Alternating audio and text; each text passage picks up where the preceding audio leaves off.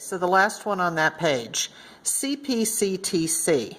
CPCTC, of course, stands for corresponding parts of congruent triangles are congruent. Now guys, on the SOL you will not have to have that memorized. The SOL is going to print it out just like it is down here, and then you can use the abbreviation CPCTC anytime you like. So CPCTC takes us all the way back to the first day of this packet, and that is that if triangles are congruent, then all of their corresponding parts are congruent. So we have on triangle ABC is congruent to triangle DEF. We have this side and this side, this side and this side, this side and this side. And then we have all of the angles are congruent as well. So this angle and this angle, this one and this one, and this one and this one. And that is how you can prove two triangles are congruent. But the best use of the CPCTC rule is doing it in reverse. And what CPCTC allows us to do is, if we can use one of our previous rules up here, a shorter rule, to prove that the triangles are congruent, we can then find two parts that were not listed in the proof and prove that they're congruent, because all of the corresponding parts of congruent triangles are congruent. Okay, now I'm going to have you jump ahead because we've already done pages 6 and 7, and you've already done page 8, but I think my video cut off on number 7. Oh, yeah, on number 7 on page 8. So let's go ahead and run through that proof. Okay, quickly get your givens in.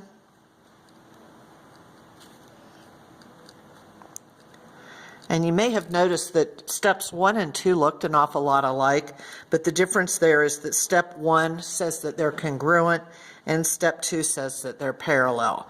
Now remember your rule for parallel lines. You're going to go parallel lines, you look for a transversal. If there's a transversal, you're going to look for alternate interior angles. Almost always it'll be alternate interior angles, but just about the time I tell you that, it'll be corresponding. So just be sure you're ready to use the possible other uses with the parallel lines. Okay, so we get on to number 3, and we have angle GJH. Let's find that. GJH, mark it, is congruent to angle IHJ. IHJ, mark it. Hey, that's a great example of alternate interior angles because they're flipping across that transversal between the two parallel lines. So we're just going to write on the line alt int angles, alternate interior angles, and then after that you put a congruent sign because the rule says alternate interior angles are congruent. Okay, on to step number 4. Step number 4 is that shared side going right down the middle. Shared side is always the reflexive property. Now, hopefully this is feeling kind of easy for you after you've spent a couple days already working on this. If not, don't freak out. I promise you, everybody always gets through this. It's just difficult in the beginning. So trust me and you'll get through. Okay, last step is our prove, and so we're going to look back at our picture and see what we can mark. Now, I have a side here, an angle here, and a side here. That was the shortest route, and we have side, angle, side. Okay, let's keep rolling here. Now we have page 9, and we're going to look at just finding the congruence on the first 8 problems, and then we're going to go ahead and work on some proofs. That may go into a second video. Okay, so let's go on to problem number 1. Now I'm thinking you guys may have worked some of these already, and I'm going to recommend that you do 1 or 2 of them with me if you haven't already done them, and then cut the video off and try to work them on your own and then pop back on and just use me for checking. Okay, looking at number 1, you want to look and make sure they are indeed marked the same way. So I have a side here, an angle here, and a side. So I'm thinking side, angle, side. I'm going to put a little question mark there because I'm not sure yet.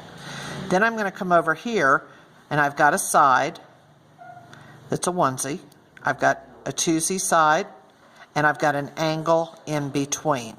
Side, angle, side. That looks great.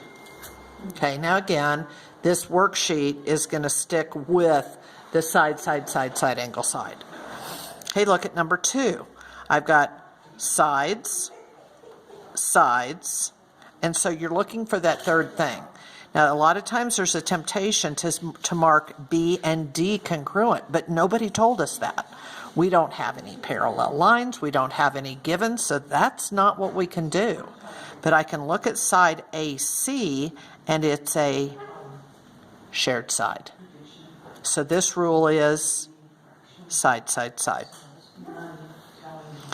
Okay, number 3 is one of the trickier problems, and I call it a butterfly. But the bottom line is, guys, you got to redraw that. Anytime you have overlapping triangles like that, I didn't draw that very well. Overlapping triangles, and you can tell that one of the angles is getting kind of cut up by the other triangle. You want to redraw them so that you can mark them correctly. Okay, so now I've got JM coming down here, and I've got KL over here, and then I've got side angle. I got to look for something else in the picture. So I look back over to the original one, and I kind of see some vertical angles, but you know, those aren't in these two triangles. They're in the drawing, but they're not in the two triangles. What I see on this one is another shared side. Okay, so we've got side, angle, side. Now, if you're not very good at this yet, practice, practice, practice, practice, practice, because when I get back, we're going to do a game, and it's just going to be strictly identifying these by name. Probably a lot of the same pictures. Okay, I'm going to pick up the pace a little bit because my video is probably going to cut off. So I look at this picture, and I've got a side, and then this angle is not included because that would be right there at T and S, but it is a non-included angle. So this is going to look like side, side, angle. Side, nope. Side, side, angle is not one of our rules. So we're going to cross that out, and we're going to say no. Now you'll notice up here it says if possible. They didn't tell you that no is a possible answer. Okay, side, side, angle is not a rule that we can use. Okay, on to number 5. Real easy. Another shared side gives us side, side, side. Number 6, I've got side, side. Okay, there's those two, and there's those two.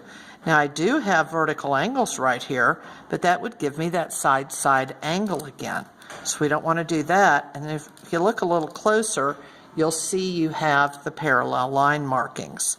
So we can extend these guys out, run that transversal through, mark your alternate interior angles. I'm telling you that happens all the time.